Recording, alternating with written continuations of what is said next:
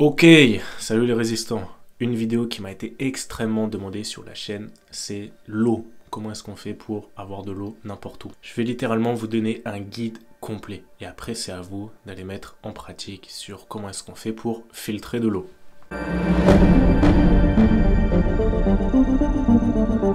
Dans la description de la vidéo, pareil, vous avez toujours votre e-book offert. Téléchargez-le et vous allez pouvoir rejoindre le groupe Facebook privé de la résistance. On reprend la vidéo. Je vais vous partager des techniques qui s'appliquent dans tous les environnements et je vais surtout vous expliquer les concepts. Vous expliquer pourquoi est-ce qu'on voit certaines techniques dans plusieurs missions de survie, qu'est-ce qu'il y a derrière et pourquoi est-ce que ça fonctionne. Et pour d'autres, ça fonctionne moins et je vais casser quelques fausses croyances par rapport à ça. La première technique pour récupérer de l'eau, ça va être d'aller là où il y a de l'eau. Déjà, que ce soit de l'eau de pluie, que ce soit des flaques d'eau, que ce soit des marigots, des trucs un peu pourris. L'eau, est-ce qu'on la boit directement comme ça? Non. Il y a deux options. La première option, ça va être la paille filtrante. Le problème avec la paille filtrante, moi où je suis un peu moins fan, c'est que derrière, l'eau est pourrie et si jamais vous aspirez directement dans la flaque d'eau, vous ne savez pas réellement ce que vous avalez. Sauf si vous crachez, que vous regardez et après vous dites, ok, je peux bien avaler cette eau-là. La paille filtrante, oui, c'est un bon moyen de récupérer par exemple de l'eau de pluie. Vous savez que l'eau est plutôt claire, pourquoi pas. Mais je vais vous présenter les fameuses pastilles. Ok, d'où est-ce que je les sors? Je vous avais fait une vidéo récemment, il y en a qui reconnaîtront, d'autres qui ne connaîtront pas. Je vous avais fait une vidéo récemment où je vous avais dit, si jamais vous cherchez ça, là, ces petites pastilles, allez voir les régiments, allez voir l'armée sur le terrain. On en jette tout le temps. Ça, personne ne l'utilise. Comment est-ce que ça fonctionne, ces petites pastilles? Ça, c'est des Aquatab, de la marque Oasis. Je ne sais même pas qui c'est qui fabrique ça. Et la date d'expiration, c'est décembre 2024. Donc on est un petit peu large. Et oui, il y a une date de péremption là-dessus. Ça, je vais littéralement vous lire le mode d'emploi, comment est-ce qu'on fait. Alors, entre 1 et 2 comprimés par litre d'eau. Laissez agir 30 minutes. Si jamais l'eau est trouble, filtrez-la avant. L'eau trouble, c'est quoi? C'est l'eau qui va par exemple être marron, jaunâtre, tout ça. Même des fois, on a de l'eau qui est limite gadoueuse et on va la filtrer, elle va ressortir un peu plus claire. Comment est-ce qu'on fait du coup pour utiliser ces pastilles? Donc, je vous ai lu la notice. Maintenant, pour filtrer réellement de l'eau brute et après avoir un autre processus, ça va être le filtre gravier, sable, charbon. Vous allez prendre une bouteille que vous allez couper. Vous allez mettre dedans des graviers. Voilà. Ensuite, vous allez couper, pareil, même bouteille. Vous allez mettre du sable, bien remplir les bouteilles. Et ensuite, vous allez couper une autre bouteille, pareil, le cul, voilà le culot. Et vous allez mettre du charbon. Vous allez suspendre une. Voilà, le petit capuchon vers le bas. Gravier, sable, charbon. L'eau dans les graviers va couler, va tomber ensuite dans le sable. Ça va prendre du temps pour le sable, mais ensuite ça va couler dans le charbon. Et ensuite, à la fin, vous avez votre récipient. Là, déjà, vous aurez une eau qui sera plutôt filtrée de toutes les impuretés. Et là, on met les petites pastilles Aquatab. Et si jamais l'eau est déjà claire, que c'est de l'eau de pluie par exemple, là, pas besoin de faire ce processus-là. On va mettre directement les petites pastilles. Donc, ça, c'est la méthode selon moi la plus efficace pour filtrer de l'eau qui est déjà présente dans votre environnement. Le point clé avec ça, c'est que vous pouvez prendre de l'eau de n'importe où. De l'eau littéralement qui est marron, gadoueuse, et utiliser ce que je vous expliquais comme système, couper le culot des bouteilles et en mettre 3. Gravier, sable, charbon, et là vous aurez une eau qui sera relativement limpide, et ensuite on met ça. C'est un peu le principe de la paille de survie, sauf que la paille de survie, ça aspire directement, et il y a moins le temps de laisser filtrer. Donc la paille, je la recommanderais plus pour, par exemple, une flaque d'eau qui est déjà relativement claire, pas de l'eau marron. Voilà pour ça. Ensuite, on a l'option de creuser. Ça, c'est pour les zones qui sont déjà plutôt chargées en eau dans le sol. Vous allez creuser un trou, ok, proche des rivières, par exemple, proche des fleuves, des lacs, voilà, tous ces trucs-là. Vous allez creuser un trou et vous allez laisser faire. Ce qui va se passer, c'est que petit à petit, il y a de l'eau qui va se former, qui va tout simplement venir dans le trou. Ça, c'est tout simplement parce que le sol est chargé en eau. Donc petit à petit, l'eau va se remplir et tous les sédiments, la terre, le sable, tout ce qui est à l'intérieur, ça va faire office de filtre à eau. Et là, à partir de là, vous pouvez boire directement l'eau à la paille. C'est pour ça qu'il y en a qui boivent l'eau directement à la paille, sans la bouillir, sans rien faire, parce que le sol a déjà filtré l'eau. Ce que je vous recommanderais, pour éviter d'avoir une diarrhée, ou quoi que ce soit dans le genre, c'est de prendre cette eau-là, de la faire bouillir. C'est toujours mieux de faire bouillir cette eau-là.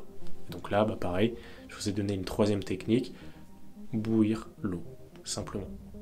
Si jamais vous n'avez pas ça, et que vous voulez vraiment y aller pour filtrer l'eau, vous faites votre petit processus, gravier, sable, charbon, récipient, et on bout l'eau. Voilà. Sinon, vous prenez votre pelle, vous creusez dans le sol, vous récupérez l'eau, et là, vous la faites bouillir. On a déjà ces deux techniques qui sont extrêmement fiables. Mais ça va être dans les environnements où on a déjà de l'eau. Vous voyez, il faudra juste un petit peu faire parler son imagination pour la récupérer et la filtrer. Maintenant, la quatrième technique, vous avez vu sûrement ça dans les techniques un peu de show à l'américaine, là, comme il faisait Bear Grylls avant, c'est dans le désert mettre une bâche. Je vais vous expliquer comment fonctionne ce concept-là parce que vous le connaissez sûrement déjà. C'est quoi le principe? On creuse dans le sable, on a un petit récipient, une tasse, ok, ou peu importe. On isole bien la bâche, de sorte à ce qu'il n'y ait pas d'air qui rentre à l'intérieur. Le soleil va taper sur la bâche. Au milieu, on a un petit caillou pour faire une sorte de petite pointe. Forcément, pour le récipient, les gouttes d'eau vont couler. Mais comment est-ce que ce système-là fonctionne? En fait, le soleil va taper fort, fort, fort sur la bâche. C'est pour ça qu'il faut avoir un environnement où il fait très chaud. Les cloisons de la bâche sont bien bouchées, il n'y a pas d'air qui passe. Et c'est quoi le fonctionnement?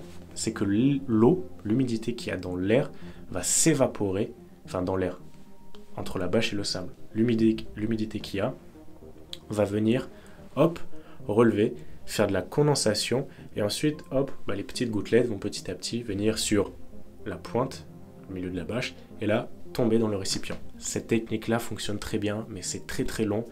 Et en général, on récupère vraiment, vraiment pas beaucoup d'eau. Et puis, il faut qu'il fasse très chaud. Il faut que le soleil y tape. Voilà.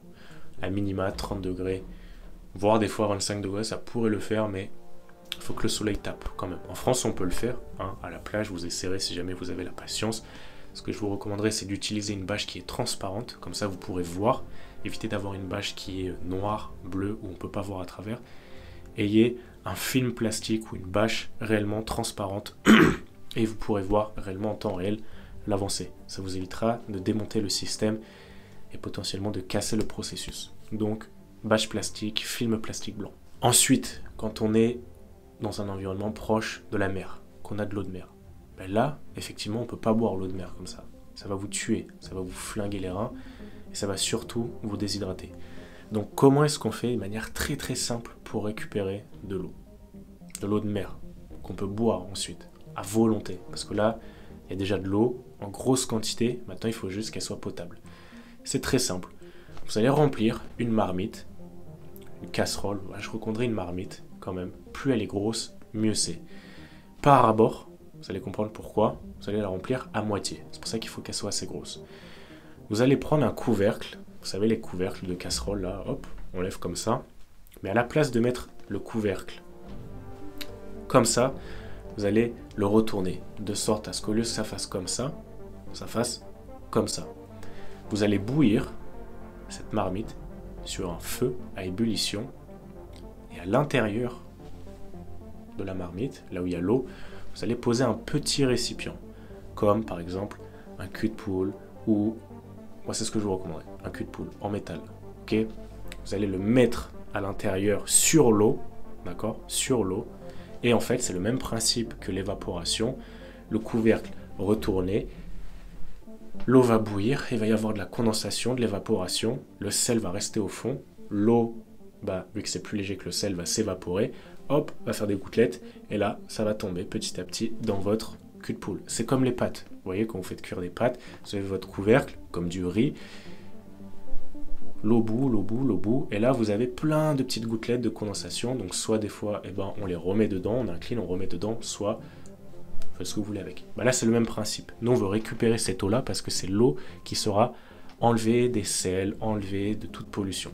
Donc à partir de là, vous pouvez simplement avec un feu, une marmite, quelques outils, récupérer en abondance de l'eau de la mer. Après, est-ce qu'il y aura toujours les minéraux, est-ce qu'il y aura toujours les apports? Je ne sais pas. Mais en tout cas, vous aurez la sensation d'avoir bu. Maintenant qu'on a récupéré cette eau-là, il va falloir la conserver. Comment est-ce qu'on fait pour conserver l'eau? Ça, il faut faire très attention. Si vous êtes dans un environnement où il fait chaud, où il y a du soleil, l'eau peut très vite tourner. Et oui, ça faut savoir. L'eau, si elle reste stagnante pendant un moment, même dans une gourde, ça dépend des gourdes. Dans l'armée, on avait des trucs qui permettent de conserver l'eau très longtemps. Mais si vous avez une bouteille plastique normale, l'eau à un moment va passer. Donc, jamais au soleil. Vous avez déjà bu hein, l'eau qui était sous le soleil à la plage, là par exemple. Déjà, c'est pas très bon, boire l'eau chaude comme ça, l'eau tiède. Donc, à l'abri du soleil, à l'abri de la chaleur, au frais et en général, on évite de la boire après 3-4 jours. C'est au feeling. Je ne peux pas vous décrire la sensation olfactive que c'est une eau qui est un peu passée. C'est à vous de voir et à vous de tester. Donc conservez l'eau, faites très attention. Mais du moment que vous maîtrisez ces techniques-là, si vous êtes dans un climat France, européen, vous allez trouver de l'eau partout. Il faut juste savoir la filtrer. Et ça, je vous ai dit, allez voir les militaires. Si vous avez des contacts, ils vont vous les donner.